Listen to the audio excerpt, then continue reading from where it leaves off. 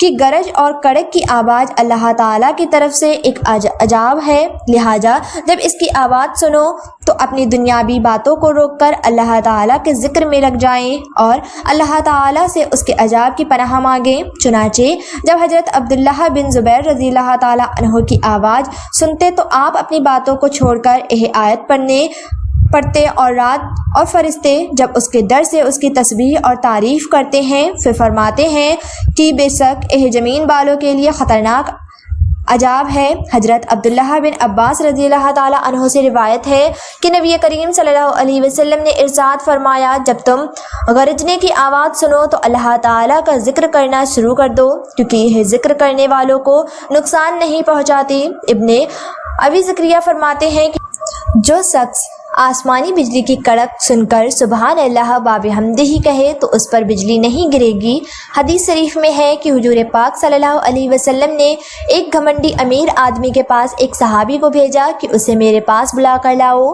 صحابی نے اس کو کہا کہ رسول اللہ صلی اللہ علیہ وسلم تجھے بلا رہے ہیں، تو وہ کہنے لگا کہ رسول اللہ صلی اللہ علیہ وسلم کون ہے اور اللہ کیا چیز ہے؟ معاذ اللہ، اور بہے سونے کا ہے یا چاندی کا یا پھر تانبے کا؟ 3 بار اس نے یہی کہا، اور تیسری بار جب بہے گستاخی الفاظ بک رہا تھا تو ایک بادل اٹھا اور فوراً بجلی بن کر اس کے اوپر گر پڑا، اس کی کھوپڑی سر سے الگ ہو گئی۔ سورہ الرعد کی آیت نمبر 12 پر غور کیجئے کہ بجلی چمکتی ہے تو وہ نئے موسم آنے کی خوشخبری دیتی ہے، اور کبھی وہ آگ بن کر زمین پر گرتی ہے اور چیزوں کو جلا ڈالتی ہے۔ اسی طرح بادل اٹھتے ہیں تو کبھی وہ فائدے مند ہو کر زمین پر برستے ہیں اور کبھی سیلاب اور طوفان بن جاتے ہیں۔ اس کا مطلب یہ ہے کہ ایک ہی چیز میں اس دنیا میں ڈر لگنے کی بات ہے۔ مطلب یہ ہے کہ ایک ہی چیز میں ڈر اور امید دونوں ہیں۔ دنیا کو بنانے والا جس چیز کے ذریعے دنیا والوں پر اپنی رحمت بھیجتا ہے اسی کو تباہ کرنے والا عذاب بھی بنا سکتا ہے۔ اسی لیے ضروری ہے کہ اللہ کی پکڑ سے کوئی غافل نہ ہو۔ اللہ ہم سب کو اپنے حفظ و امان میں رکھے، آمین۔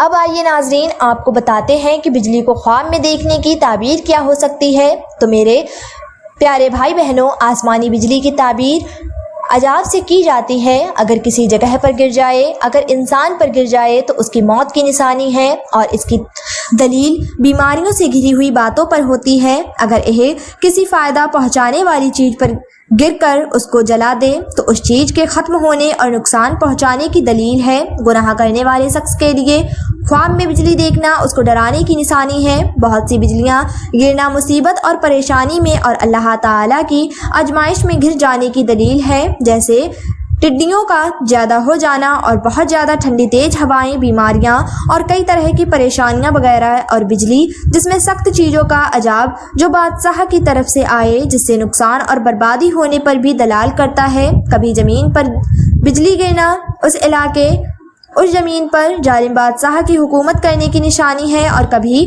اس کی دلیل بری موت، جل جانا، مکان کے گر جانے اور چوریوں کے زیادہ ہونے پر بھی ہوتی ہے۔ کسی بیمار شخص نے اپنے گھر پر بجلی گرتے ہوئے دیکھی تو دلیل ہے کہ وہ مر جائے گا۔ اگر گھر کا کوئی شخص گھر سے غائب ہو اور خواب میں بجلی گرتے ہوئے دیکھے تو تعبیر یہ ہے کہ اس کی موت کی خبر آئے گی۔ اگر یہی خواب ایسا آدمی دیکھے جس کے گھر میں کوئی جھگڑا ہو تو تعبیر ہے کہ قانونی کارروائی اس پر کی جائے گی، پولیس اس کے پیچھے پڑے گی۔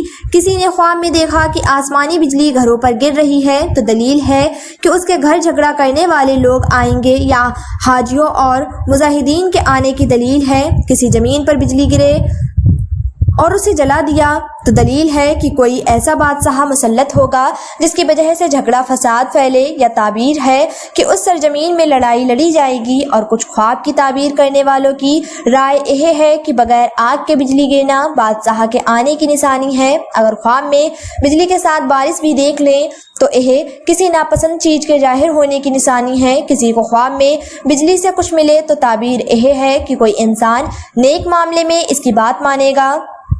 اور کسی نے بارش کے بغیر بجلی کو دیکھی تو کیے ہوئے وعدے توڑے جائیں گے۔ اگر خواب میں بجلی گر کر اس کے کپڑوں کو جلا دے تو اس کی بیمار بیوی کے مرنے کی طرف اشارہ ہے۔ باللہ عالم اللہ اور اس کے رسول ہی بہتر جانتے ہیں۔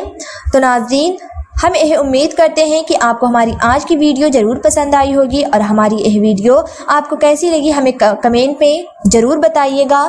ملتے ہیں ایک اگلی ویڈیو کے ساتھ، تب تک کے لیے اپنا بہت سارا خیال رکھیں، دعاؤں میں یاد رکھیں۔ اللہ حافظ۔